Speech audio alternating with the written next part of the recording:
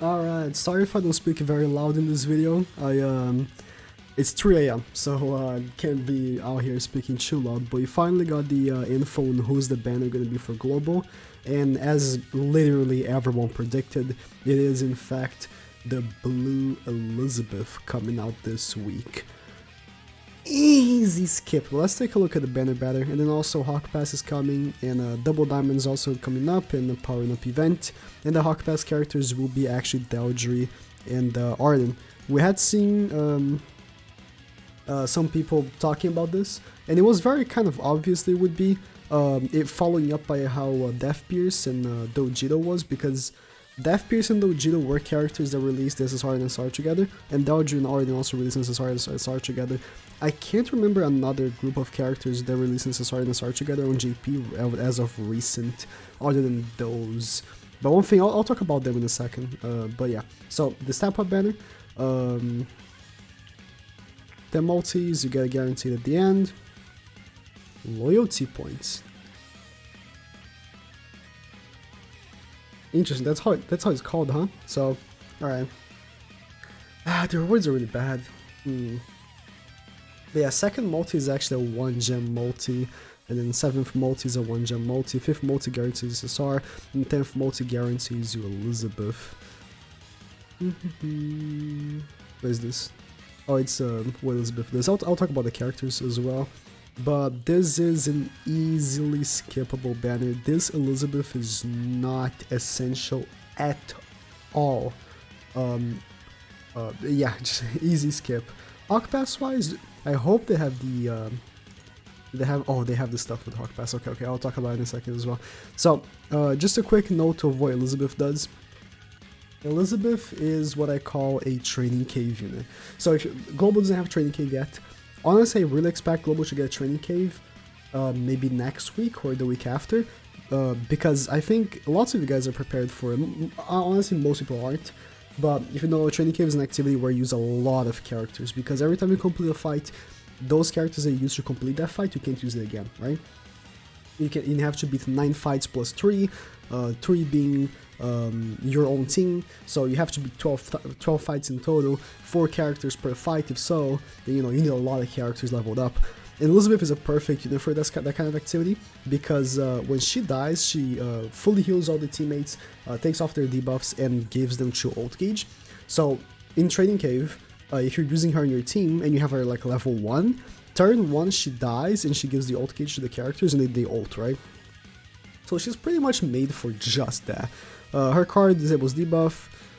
It's okay, you can cleanse it. Like debuff skills, you can use attack skills. And then, like, this is terrible, removes debuffs from one ally. Like, you have Blue King that literally has this AoE, and then heals HP of one ally equals to 300% attack, removes debuffs and grants debuff immunity. This debuff immunity part's pretty interesting, but like, it's single target, not that good. This is wrong. This should be probably more, but doesn't matter. I can actually check here. What is the actual thing? Am I stupid? Am I actually stupid? What's her info? Yeah, 300%. Wait, what? Wait, what? Is her rank 2 and 3? Oh, it's all allies. Okay, I thought it was one ally twice. Okay, I was about to say. Alright, it's all allies. Again, if you need a level 3 for AoE healing, it's not very good. Then the ult is the same as the Green Elizabeth, you should know. So she's a very mid unit. Very easy skip banner. Very easy. Good, because right after Escanor, I assume every single person watching this video should have gone ham on Escanor, or at least until they pulled him, right? So having a banner with no value, that's good. Because next few banners that should come up, if you are someone that actually, like, wants to have a complete collection of the game, you might want to summon for them. But yeah. So, talking about Elizabeth, let's talk about the Hawk Pass. So, Daldry and Arden, let's take a look at the rewards. This should be the same thing for the last one, right? You get this SAR ticket, you get some rewards. Oh, this time we're getting 30 gems. Oh, these 30 gems right here, already worth the price. Actually already worth the price. 30 gems, some raid items. Alright. If you are a pay-to-play player, you know, it's probably worth buying just for the 30 gems in the ticket. I mean, the rest of the items are just not... It's okay, like stamina pots is actually pretty fine. Actually, it's 13 stamina pots. It's not bad, you know. Comparing to the JP ones, of course the JP ones are much better, but it's because the game has been like deep into the life cycle much longer on JP, right? So this Hawk Pass is not bad. If you're already a pay-to-play player, it's not a bad purchase. And then the free Hawk Pass, 2 gems and start pitting. That's alright. You know, the free Hawk Pass we had on JP had is a start ticket, but you know, it's again, the game is much deeper. It's just, you can't even compare, right? But interesting thing about Daldry and Arden. So when they released, Daldry was given 4 copies for free when she released on JP. She's a very bad unit. But she was given 4 copies on GP, 1 through login bonus and 3 through purchasable event. So these 3 coins, I assume no one actually used on her and actually using the coin shop. That's an unfortunate thing that Global's never gonna have that, but they could just give it anywhere else, right? Sometime else, maybe another unit will have 3 free coins that JP never had, and they could balance that out. But yeah, that's an interesting thing. They're not locking her behind the paywall, because you are going to be able to summon her later on, just like Death Pierce, right? She should be introduced to the Generation Star Pool right away, but you know, just saying, just kind of like giving context, right? Same thing for Arden. I mean, he is an SR, so you will be pulling him like all the time from now on, right? But Arden was given all the copies for free as well. So what does she do? Her attack card is just Spike, increases the crit chance. And then her second card is that she increases the HP related stats by 10% of one ally and applies taunt to them. Now, very important. And her passive is long, but she charms one enemy in the start of the battle, and then if the target uses a skill that does damage to Daldry, the skill will be cancelled and no damage will be taken. Now, very important to note, if the enemy is using an AoE unit, then they can't do damage if that unit is the one that gets charmed. Her charm works exactly like Galen's thing works, right? Never use Galen. Galen at the beginning of the battle, he chooses randomly a character to apply a debuff that cannot be removed. Her charm works the exact same way, it's random.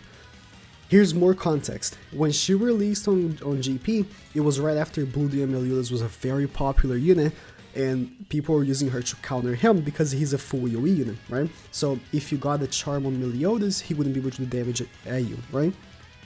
But right now on Global, are there any AoE units really going on, like Hauser? Yeah, Hauser.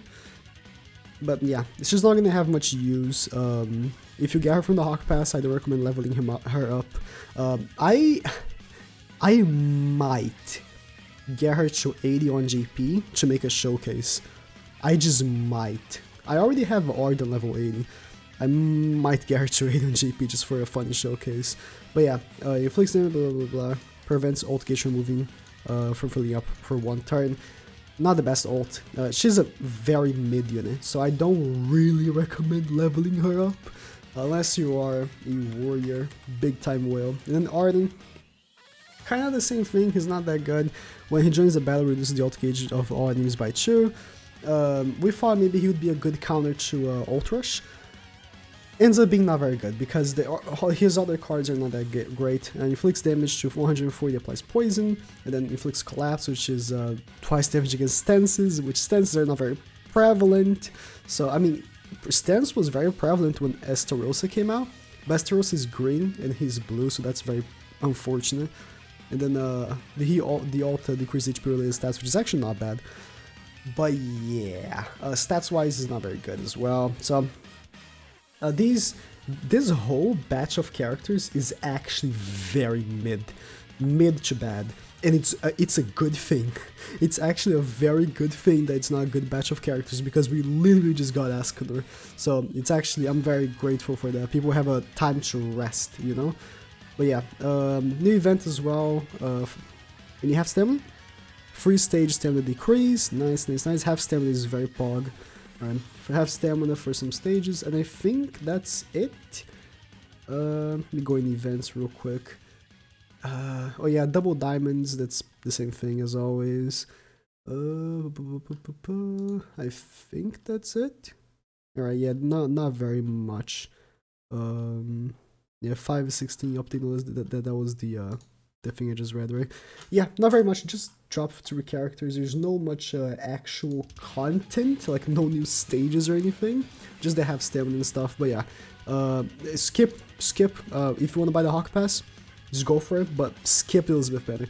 Oh, interesting thing, on GP, this banner had a, I think it was this one, I could be mistaken, but I think it was this one that had a piece of cosmetic for the boar hat that would increase your raid timer to 3 hours. It was either her or Green Elizabeth. I'm almost sure it was this one, which is interesting. They didn't bring up. They could bring up in the future. There are 2 that I'm aware of. This one that came with a step up that would increase for 3 hours, and the one that I currently use in GP, which increases by 3.5 hours, which came with, I want to say, Valentine's Day, question mark, which you could buy for 30 gems. Be on the lookout for those, because I genuinely think those are must-have cosmetic for the boar hat, because having your raid for 3 hours means you can get all 6 raids, no problem, and just do it on hell. So, for the future, it's a really good investment. It's probably like one of the only boar hat cosmetics that actually is worth 30 gems or something. But yeah, that's it. Thank you guys for watching.